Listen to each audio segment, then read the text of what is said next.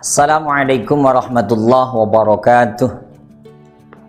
Bismillahirrahmanirrahim.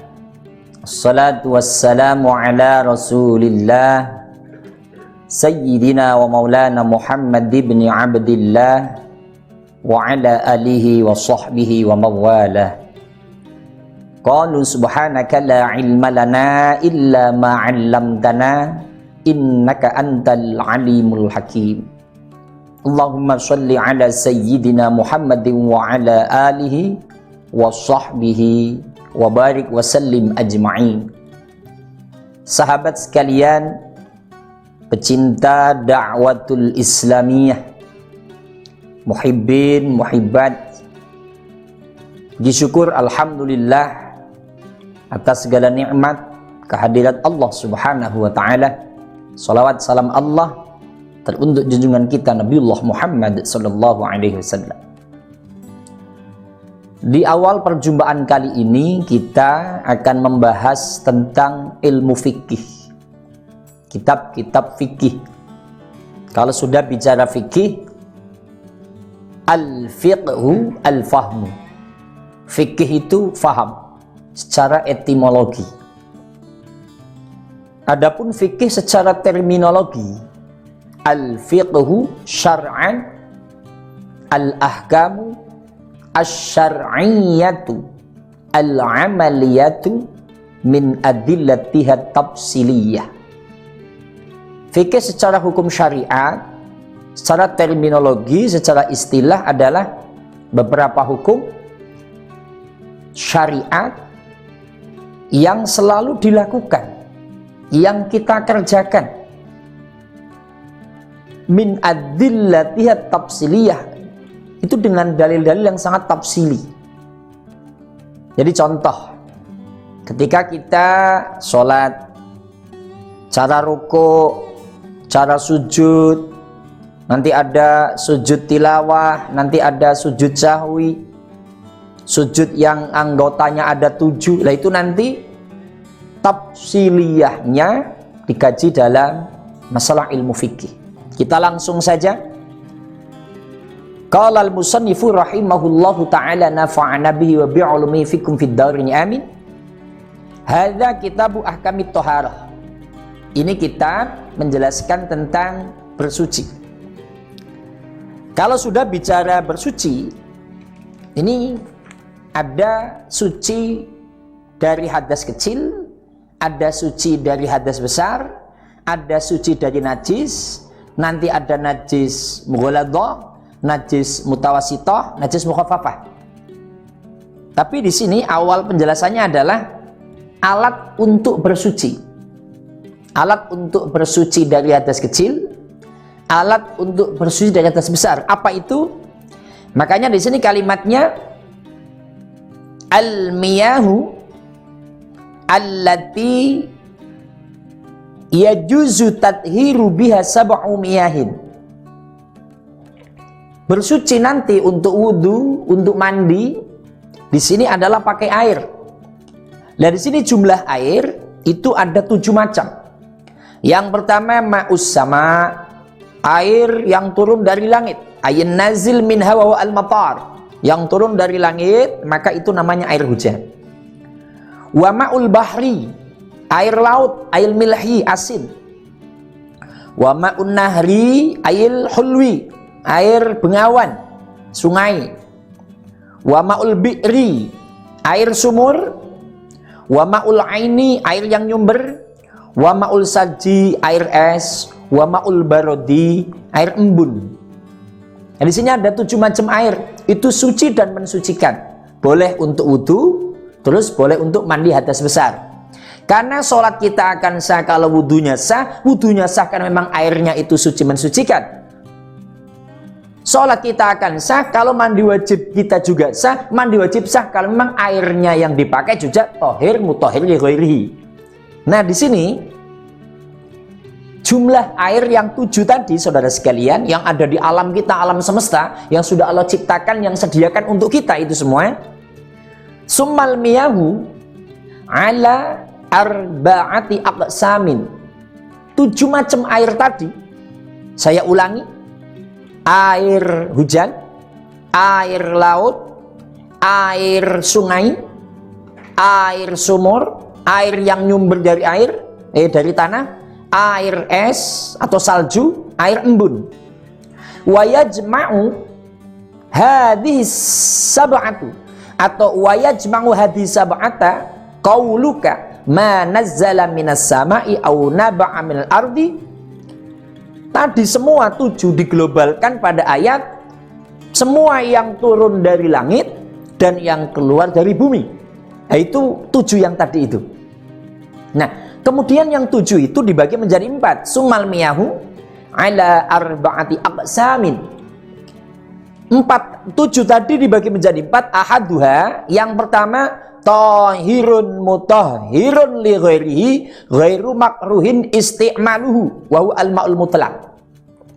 Air suci yang mensucikan pada yang lainnya yang ketika dipakai tidak makruh, maka itu namanya air mutlak. Bagaimana air yang mutlak tadi nggak makruh digunakan? Ya contoh air sumur itu kan dipakai yang normal saja, namanya juga air sumur. Tentu yang air sumur tidak terkena pengaruh apapun, tidak ada racun, tidak ada bau, tidak, pokoknya air sumur. Air hujan itu namanya mutlak, dipakai boleh. Air laut yang nggak ada apa-apanya. Air sungai yang sungainya itu memang besar airnya, air bengawan. Nah itu suci, mensucikan pada yang lainnya dipakai normal, itu nggak jadi masalah. Itu yang pertama. Terus kelompok yang kedua, wal qismus sani, mana ini kalimatnya? Oh ini, tahirun mutahhirun makruhun isti'maluhu fil badani la fis saubi wa huwa al ma'ul musyammas. Nah, bagian yang kedua, sahabat sekalian, pecinta dakwatul Islamiyah, pencinta ngaji, air yang suci mensucikan, tapi kalau dipakai makruh, Mas. Makruh itu dijalankan tidak dosa, ditinggalkan dapat pahala. Itu makruh. Bagaimanakah air yang suci mensucikan tapi kalau dipakai itu makruh? Lah di sini adalah wahwa al-ma'ul musyammas. Air yang panas. Contoh begini, dulu ketika di kampung nih. Di Bengawan itu kan kalau terik matahari jam 20 itu panas banget itu. Itu jangan untuk wudhu karena di muka nanti bermasalah. Maka di sini juga banyak yang mas tanya, Ustaz, kalau mandi pakai air panas dicampur, karena kan kalau mandi jinabah pagi-pagi itu kan dingin ya. Jadi terus kita merebus air, habis itu dijadikan satu dengan air yang lain. Itu boleh apa enggak boleh? Karena yang dimaksud musyammas, makruh dipakai itu kalau sampai menyakiti badan kita. Saking panasnya ketika buat mandi kulitnya ngelepuh, itu nggak boleh. Itu namanya menyakiti. Tapi kalau memang mandi habis besar atau wudhu karena dingin, itu dicampur dengan air panas jadinya hangat, enak dipakai, itu boleh-boleh saja. Tapi tentu dengan syarat air yang untuk mencampuri yang dingin juga tohir mutahhir li ghairihi, terus air yang panas juga tohir mutahhir li ghairihi. Sama-sama boleh. Tapi kalau nanti airnya yang nggak boleh, nggak bisa juga. Maka bagian yang ketiga, saudara, wal qismus salisu tahirun fi nafsihi ghairu mutahhir li ghairihi wa huwa al ma'ul musta'mal. Yang ketiga dari bagian yang ketujuh itu, Pak, 7 dibagi jadi 4, ini yang ketiga, air suci pada dirinya tapi nggak bisa mensucikan pada yang lain. Air apa itu? Wa huwa al ma'ul musta'mal. Air musta'mal ini agak rancau ini di tengah masyarakat kita, orang-orang awam. Mustakmal sing kaya apa Pak Kiai? Eta cai mustakmal, eta anu kayak apa? Air mustakmal, Mas, di sini fi raf'i hadasin au izalati najzin illam yataghayyar wa lam yazid waznuhu ba'dang fi solihi amma kana ba'da tibarima yatasarrabul maghsul minal ma. Jadi yang namanya air mustakmal saudara, itu yang pertama air yang sudah dipakai untuk menghilangkan hadas, hadas kecil atau hadas besar. Yang kedua, atau untuk menghilangkan najis, tapi dengan syarat air tadi tidak berubah dan tidak nambah bentuk timbangannya, nggak jadi berubah warna, nggak jadi berubah rasa, nggak jadi berubah bau. Nah sekarang prakteknya kayak apa yang memang untuk menghilangkan hadas? Contoh begini, kita wudhu itu kan pakai keran. Nah keran bawahnya itu ada ember. Kita wudhu. Ketika wudhu kita sudah cuci tangan sunnahnya, berkumur, terus istinsak hidung, kemudian kita cuci muka. Kita ambil air langsung ke muka. Nawaitul wudu'a li raf'il hadasil asghari fardhalillahi ta'ala. Rontokan yang buat mencuci ini, yang rukun, yang wajib, rontokannya kalau masuk dalam ember yang embernya kecil, tidak ada 2 kula, maka air itu jadi mustakmal. Kalau yang di ember sudah mustakmal, ini untuk bersuci nggak bisa. Contoh, kita buang air kecil, ceboknya pakai air yang di ember yang sudah terciprat dari wudhu yang tadi, yang wajib, maka itu tidak sah. Kita buang air besar, cebok pakai itu nggak sah untuk bersuci. Tapi kalau hanya untuk nyuci piring, oleh wae mas, boleh. Nyuci motor, boleh. Untuk mandi yang bukan mandi wajib, boleh. Yang nggak boleh untuk bersuci menghilangkan najis atau hadas. You understand? Wis pasti yes gitu ya. Kalau nggak yes, ya kudu yes. Ngaji fikih itu jangan serius-serius. Nah, masih bagian yang ketiga. Air wal mutaghayyaru bima khalituhu. Di sini ada, di sini bima syai'in khalatahu. Nanti diprotes ini. Oh ini fi'il madhi kok. Khalata yukhalitu mukhalatatan. Air yang memang suci mas, tapi berubah sifatnya. Di sini wa min hadil kismi al ma'ul mutahhir ahadu awsafi bima bisyai'in khalatahu minal tahirati taghayyuran yamna'u itlaq wasmil ma'alahi fa innahu tahir ghairu mutahhir hisyan kana at-tahir au takdirian.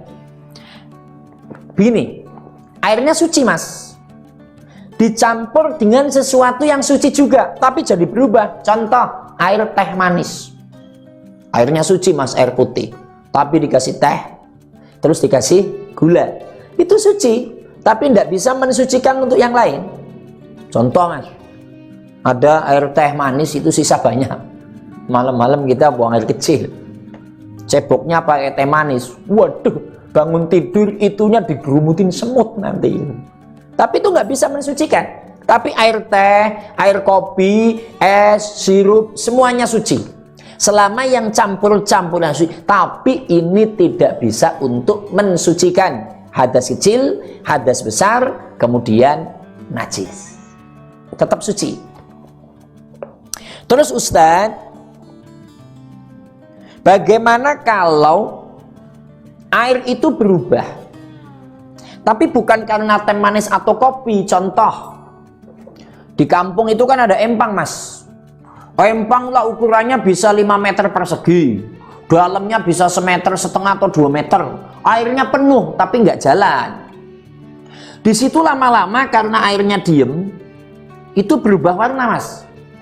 Ada warna jadi biru, jadi hijau. Itu bagaimana? Apakah itu tetap tahir mutahhir li ghairihi? Baik. Di sini apabila khalatahunya itu mutahhir anit tahirati al mujawir lahu fa innahu baqin ala tahuriyatihi walau kana at-taghayyur kasiron. Kalau memang sesuatu itu adanya di situ, kalau bahasa di sini tetangganan, airnya ya di situ, tanahnya endutnya ya di situ, pokoknya ada di situ semua. Lah itu posisinya tetap suci mensucikan. Jadi kalau punya balong di kampung tuh buat miara lele, miara ikan, itu kan gede itu kok warnanya lama-lama hijau, itu tetap suci. Buat wudu boleh, buat mandi wajib juga boleh. Bukan kadang-kadang buat berak ya, lelenya dikasih kotoran kita. Tapi nanti lelenya gede dipancing, dimakan lagi, mutar-muter. Tapi enak lelenya itu. Allahumma sholli ala Muhammad. Wal qismur rabbi, ini bagian yang keempat dari 3, yang 3 pecahan dari 7 adalah ma'un najsun atau ma'un najsin ay mutanajjis wa huwa qisman. Haduma qalil wa huwa alladhi halat fi najasa. Jadi kalau bagian yang keempat adalah yaudu, airnya najis.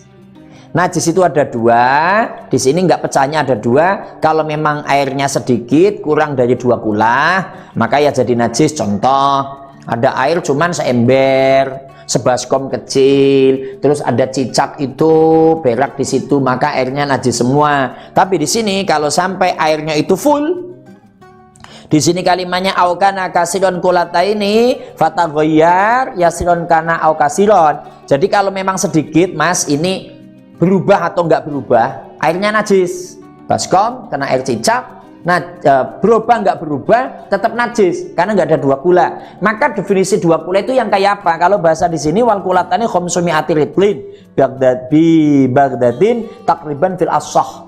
Ini langsung aja lah. Jadi ada penjelasan air 2 kula itu minimalnya mas, kita punya bak panjang semeter, lebar semeter, dalam semeter, airnya penuh, itu sudah 2 kula. Jadi kalau wudhu itu kita masukin dicampur itu nggak mustakmal. Atau hitungan liter mas, itu 215 liter. Nah itu sudah 2 kula. Ini kalau kejatuhan air cicak itu nggak najis, walaupun berubah, tapi berubahnya nggak begitu banyak, tapi tetap itu nggak najis. Karena apa? Itu udah lebih dari 2 kula. Maka saran fikih kalau bikin bak mandi itu minimal semeter persegi, dalamnya semester, kalau bisa dilebihin. Karena kan kadang-kadang air itu kalau udah kita ambil itu berkurang. Nah ini perhatian untuk sahabat sekalian, ini masalah air yang menyebabkan tidak sahnya kita mandi, kita wudhu itu kan gara-gara air itu. Nah maka di sini air ada 7. Tadi kita paparkan, ada air hujan, ada air laut, ada air sungai, ada air sumur, ada air yang nyumber, ada air salju, ada air embun. Itu semuanya suci, dibagi 4. Air suci yang mensucikan untuk yang lainnya, oke, itu mutlak. Yang kedua ada air suci mensucikan kepada yang lain, tapi makruh, terlalu panas atau yang terlalu dingin. Itu nggak bisa karena nanti kita beku. Tapi kalau mandi dicampurin air panas jadinya anget, itu boleh. Yang ketiga air mustakmal, hati-hati. Habis wudhu kita tadain, atau maaf kita baknya cuman kecil Ustaz, kami punya bak cuman 80 persegi, airnya nggak penuh, sementara kita mandi jinabah. Kalau dicawuk terus cepretannya masuk, jadinya mustakmal, nanti tidak sah semua. Nanti kita akan paparkan tentang mandi wajib dan mandi wajib dengan airnya, terus wudhu dengan airnya. Terus nah ini air dibagi menjadi 4 itu tadi. Yang keempat adalah air yang najis. Nah sahabat sekalian, di sini tolong diperhatikan. Jadi kita wudhu tidak asal-asalan air, kita mandi tidak asal-asalan air. Tapi kembali ini fikih berpahamkan madhab al-imam asy-Syafi'i yang ada dalam kitab Tausyih Ibnu Qasim. Jadi itulah macam-macam air. Yuk kita berhati-hati dalam berwudu, berhati-hati dalam mandi wajib, agar wudu dan mandi kita sah, maka sholat kita juga sah. Sampai di sini dulu kajian fikih kita dalam kitab Fathul Qorib ala Ibni Qasim. Mudah-mudahan ada manfaatnya. Dengan kajian fikih ini, ibadah kita akan lebih tertata, ibadah kita akan lebih rapi dan diterima oleh Allah Subhanahu wa taala. Assalamualaikum warahmatullahi wabarakatuh.